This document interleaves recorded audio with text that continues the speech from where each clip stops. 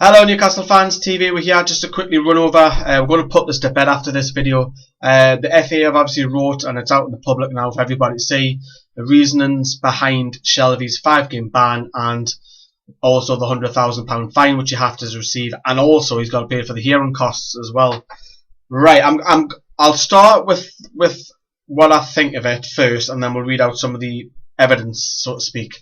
Now, the first thing is there's no audio or visual evidence at all. So it's gone word for word.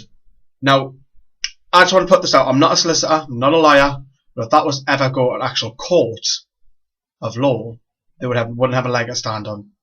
That's just my opinion. Okay, I'm not a solicitor, journalist or lawyer, you know. So we're going to begin with chapter 5 of what Shelvey is accused of. Now there is some strong language, so if there's kids watching, it's probably not best to carry on. Right, so chapter 5 of the FA's hearing said that Mr. Shelvey denies he made a reference to Arabic or Moroccan during the match. He does accept that he did shout it back, "Smelly breath prick," to Mr. Saiss 2 or 3 times following what he said someone was calling him a ball cunt. Now obviously Saiss has turned around, it wasn't him, so Shelvey's thought it was him, but he's heard it, and also it's alleged that Dwight Gale has heard it also because him and Mitrovic also were called in as well. Mitrovic didn't really have much evidence to give really. Shelvey's turned around and said he's smelly breath prick, and that's what Gale has also said as well. However, this is where the Wolves players coming in, Dominic Afora, Doherty and Cameron Borthwick-Jackson all say similar kind of lines. Now, Afora says he didn't say that. He turned around and said that Afora said that Shelvey was shouting back because Saiss was showing do you know on the Nita challenge, Saiss was showing the imaginary card. Shelvey turned and asked why you asking for a card, you're winning. And then he's shouting on 27-27, trying to get Saiss's attention. Shelvey denies that and said he'd only ever shout at someone going "Oi" like that. Mr. Shelvey, if Dominic Afora said that Mr. Shelvey, Jonjo Shelvey, was standing close to him and said to him, "You Arab prick and you Arab cunt," towards Romain Saiss, and that's also what Doherty and Borthwick-Jackson have both said 100% that he said.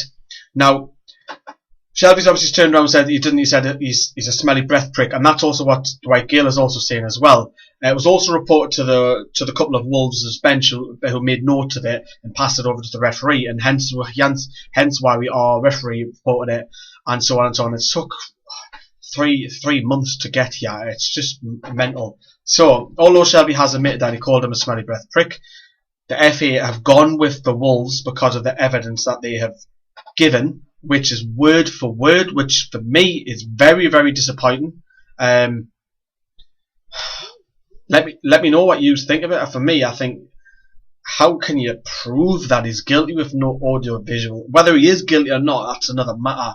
It's not the worst. I know it's out of order if he did call someone you Arab prick, you Arab cunt, whatever. That is out of order, yeah, but it's not the worst I've heard in the football pitch as well. Yes, 5-game ban, £100,000 fine. Seems to me there's a bit of a ganging up going on. Maybe I'm just being biased because I'm a Newcastle fan. We'll put it to bed. We'll move on. I want to know what your thoughts on it before we'll finally focus on Sheffield Wednesday on Boxing Day as well, because we'll start a build up to that now.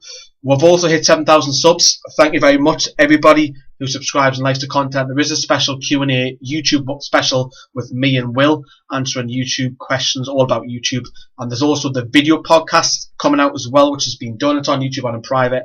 The audio podcast is now on SoundCloud and Potomac. The link will be in the description below. Download it if you're at the gym, or you're going out, or you're travelling, you're on the train. It's good listen. It's good, an hour and a half talking everything about Newcastle. So thank you very much for watching Newcastle Fans TV, and we'll see you later.